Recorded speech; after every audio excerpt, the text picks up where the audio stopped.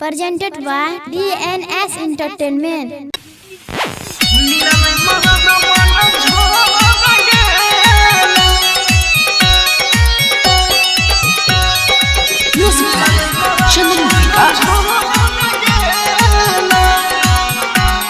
आप सुन रहे हैं पीके म्यूजिक की शानदार सुजीत सहरसा के सबसे परिहार होई नहीं रे के लभर गे मिलल मरद बन झर गे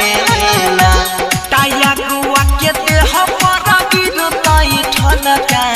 यार बजर गे मिलल मरद बन झर गे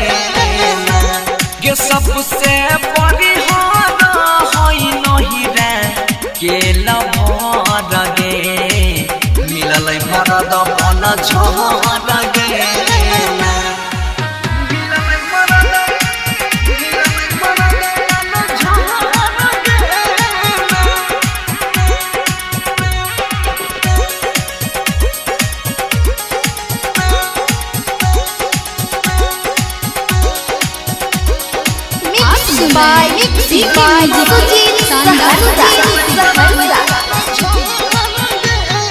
रोजे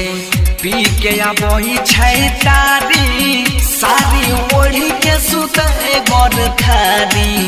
रोजे पी के आबही छै तारी सारी ओढ़ी के सुते गर थारी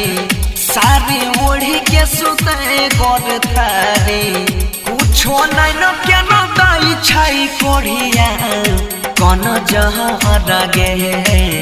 मिलल मरद बन झर गे ना काया कुआ के देह पर गिरतई ठनका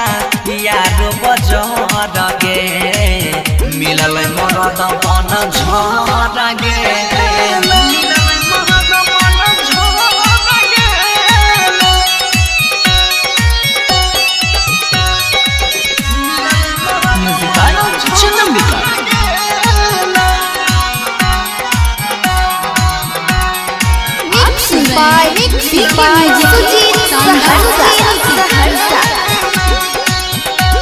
काया था रात में बोतल कई दिया डर गेलै गे हमर पिया आधा रात में बोतल कई दिया डर गेलै पिया बनसिया गे डर गेलै पिया बनसिया राइटर सरवन सुजित के लेबै अब खबर गे मिलल मरद बन झर गे ना ताया गुआ के देह पर गिरतई ठनका यार बजर गे